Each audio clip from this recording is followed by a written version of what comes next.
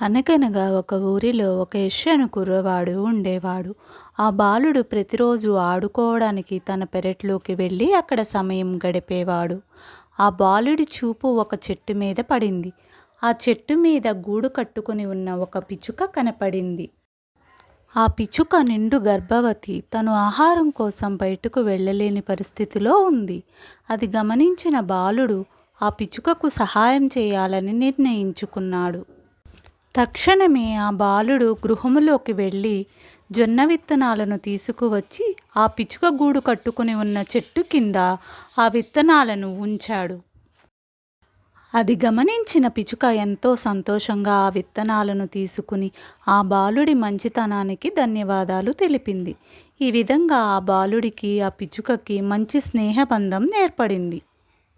ఈ కథ ఒక అద్భుతమైన స్నేహం, సానుభూతి మరియు సహాయం యొక్క గుణాన్ని చూపిస్తుంది.